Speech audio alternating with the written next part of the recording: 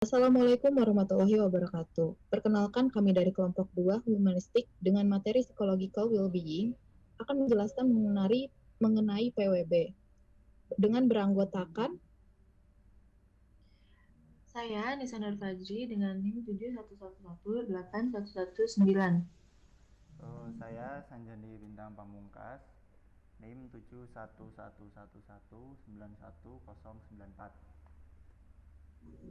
saya sendiri Dela Amanda Putri dengan NIM 711191121. Saya Dea Puspita Dewi dengan NIM 711191126. Nama saya Wulandari Fitria Padi dengan NIM 71111191128.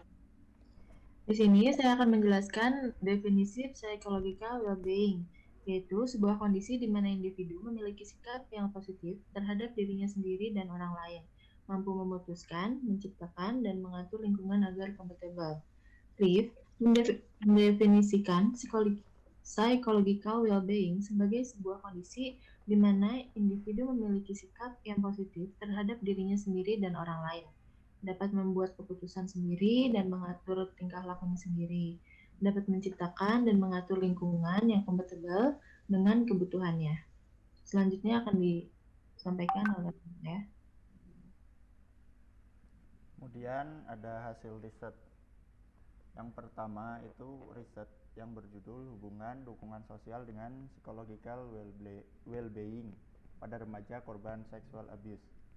Untuk hasilnya itu dukungan sosial itu mempengaruhi psychological well-being. Nah, semakin tinggi dukungan sosial yang diterima oleh remaja korban sexual abuse itu, maka akan semakin tinggi pula psychological well-being yang dimilikinya. Begitu juga sebaliknya, semakin rendah dukungan sosial yang diterima remaja korban sexual abuse itu, maka semakin rendah juga psychological well-being yang dimilikinya. Untuk riset yang kedua, ada gratitude dan psychological well-being pada remaja. Untuk hasil risetnya itu, gratitude dan psychological well-being itu tidak saling berhubungan.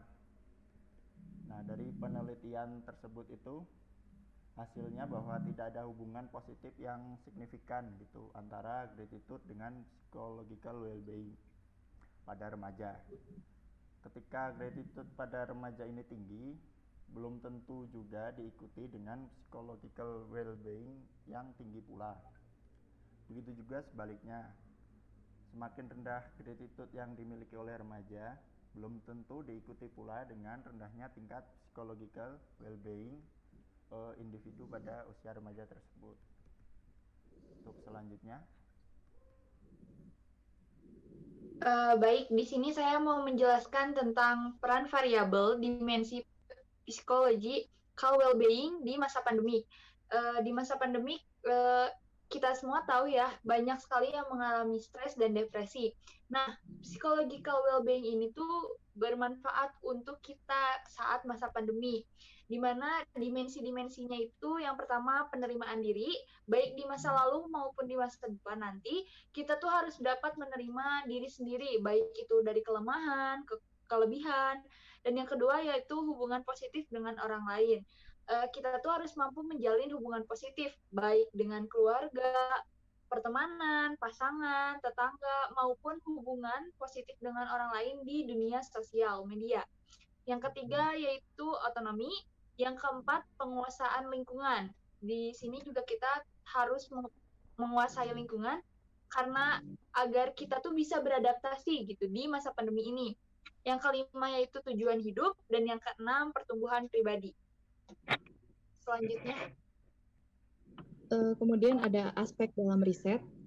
Untuk riset yang pertama untuk riset yang pertama ada aspek dukungan sosial, yaitu yang pertama ada dukungan emosional atau emotional support, yaitu meliputi ekspresi, empati, perlindungan, perhatian, dan kepercayaan. Yang kedua ada dukungan instrumental, yaitu dukungan yang bentuknya dalam penyediaan sarana yang dapat mempermudah tujuan yang ingin dicapai. Yang ketiga ada dukungan informasi, yaitu dukungan yang meliputi pemberian nasihat, arahan, dan pertimbangan. Terakhir, dukungan penilaian berupa penghargaan atas usaha yang telah dilakukan. Untuk aspek riset yang kedua ada aspek PWB yang pertama, yaitu mengenai evaluasi positif diri atau penerimaan diri, di mana dirinya menerima masa lalu serta mampu mempersepsikan dirinya bahwa ia telah menerima banyak kebaikan dan pemberian dari Tuhan maupun orang lain. Lalu selanjutnya ada aspek gratitude. Dengan yang pertama intensity, yaitu sangat bersyukur ketika terjadi hal-hal positif. Yang kedua ada frekuensi, yaitu individu mengungkapkan rasa syukurnya setiap hari.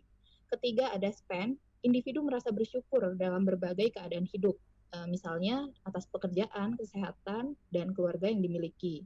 Terakhir ada density, yaitu individu sering merasa perasaan berterima kasih terhadap lebih banyak orang. Selanjutnya ada cara-cara untuk menjadi individu yang sejahtera. Yang pertama itu, kita harus mampu menerima diri sendiri. Dan yang kedua itu, membangun hubungan yang baik dengan orang lain.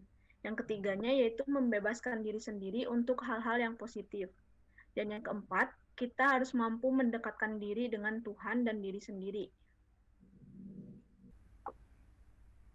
Oke, cukup sekian penjelasan dari kami semua mengenai psychological well-being. Terima kasih atas perhatiannya. Mohon maaf atas kesalahan. Wassalamualaikum warahmatullahi wabarakatuh.